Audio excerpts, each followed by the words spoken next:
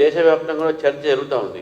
ప్రధానమంత్రి గారు హైదరాబాద్ లో బహిరంగ సభ, దాంట్లో మాట్లాడిన మాటలు రాజకీయం కన్నా ఎక్కువ, ఆర్థిక కోణం ఎక్కువ ఉంది. దాంట్లో దేశంలో ఒక సంక్షోభం వచ్చినప్పుడు ఆ దేశ సంక్షోభాన్ని ఎదుర్కొనేటటువంటి ఒక బాధ్యత ఒక ప్రభుత్వానిదే కాదు, ప్రజలది కూడా ఉన్నది అనే విషయాన్ని మనం గుర్తుపెట్టుకోవాలి. ప్రభుత్వాలు నడిచేదే ప్రజల ఒక ఆమోదంతో. ప్రభుత్వాలు ప్రజల కోసం పనిచేయాలి కాబట్టి ప్రజలు కూడా ప్రభుత్వాన్ని సహకరించాల్సిన అవసరం కూడా ఉంటుంది. చాలా మంది విమర్శలు చేస్తా ఉన్నారు, కాంగ్రెస్ పార్టీ ముఖ్యంగా. నేను కాంగ్రెస్ పార్టీని అడుగుతా ఉన్నాను, పార్లమెంట్ లో మన్మోహన్ సింగ్ గారు మాట్లాడిన స్పీచ్ వినండి మీరు. ఆ స్పీచ్ లో వారు స్పష్టంగా చెప్పారు, మనము చాలా ఆర్థికంగా మనం ఎన్నుకున్నాము, ఆర్థికంగా బాధపడతా ఉన్నాము, దయచేసి బంగారం తగ్గియండి, కొనటం తగ్గియండి అని చెప్పేసి. ఇందిరాగాంధీ గారు కూడా గెస్ట్ కంట్రోల్ యాక్ట్ పెట్టింది. 50 మంది కన్నా ఎక్కువగా మీరు దావత్లు ఇవ్వాలంటే కలెక్టర్తో పర్మిషన్ తీసుకొని మీరు ఇవ్వాలి.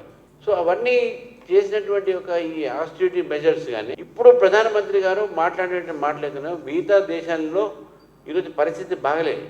మన దేశంలో ఇంకొద్దిగా మనం ఇంటాక్ట్గా ఉన్నాం, ఎందుకంటే ఫాస్టెస్ట్ గ్రోయింగ్ ఎకానమీ కాబట్టి ప్రధానమంత్రి గారు ఇచ్చిన సూచనలు ఏవైతే ఉన్నాయో అవన్నీ కూడా పాటించడానికి ముందు వారే పాటిస్తూ ఉన్నారు, మనం కూడా పాటించాలి.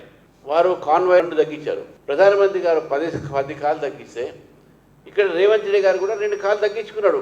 మొత్తం దేశంలో మంత్రులందరూ తగ్గించుకున్నారు, ముఖ్యమంత్రులు తగ్గించారు, హోమ్ మినిస్టర్స్ తగ్గించుకున్నారు. అవసరం ఉన్నప్పుడే మనం వాడాలి అనేటటువంటి ఈ యొక్క ఆలోచన ఉందో మనందరికి రావాలి. కోరుతా ఉన్నాను, మనకు మెట్రో ఉన్నది, పబ్లిక్ ట్రాన్స్పోర్టేషన్ ఉంది, జీవితాంతం అది వాడమనట్లేదు. కొన్ని రోజులు మాత్రమే ఈ యొక్క అప్పీల్ చేశారు, ఇటువంటి కొంచెం పాటిస్తే మన రిజర్వ్స్ మనకు ఉంటాయి.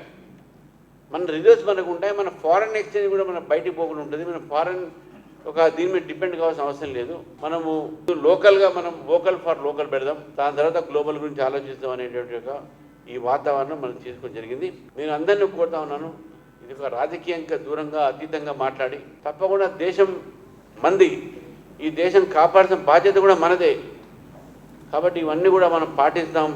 ఇప్పుడు ఇక్కడ నుంచి సపోజ్ నేను అమీర్పేటలో మీటింగ్ ఉంటే నేను కూడా మెట్రోనే పోతాను, నేను కూడా మెట్రోనే పోవాలి.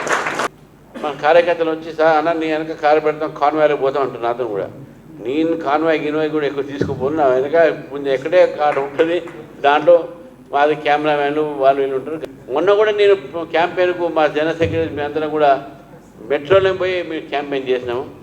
వాడు పబ్లిక్ ట్రాన్స్పోర్ట్ ఆడాలి.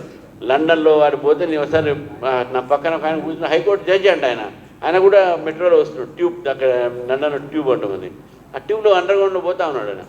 సో కాబట్టి nothing wrong in using public transport.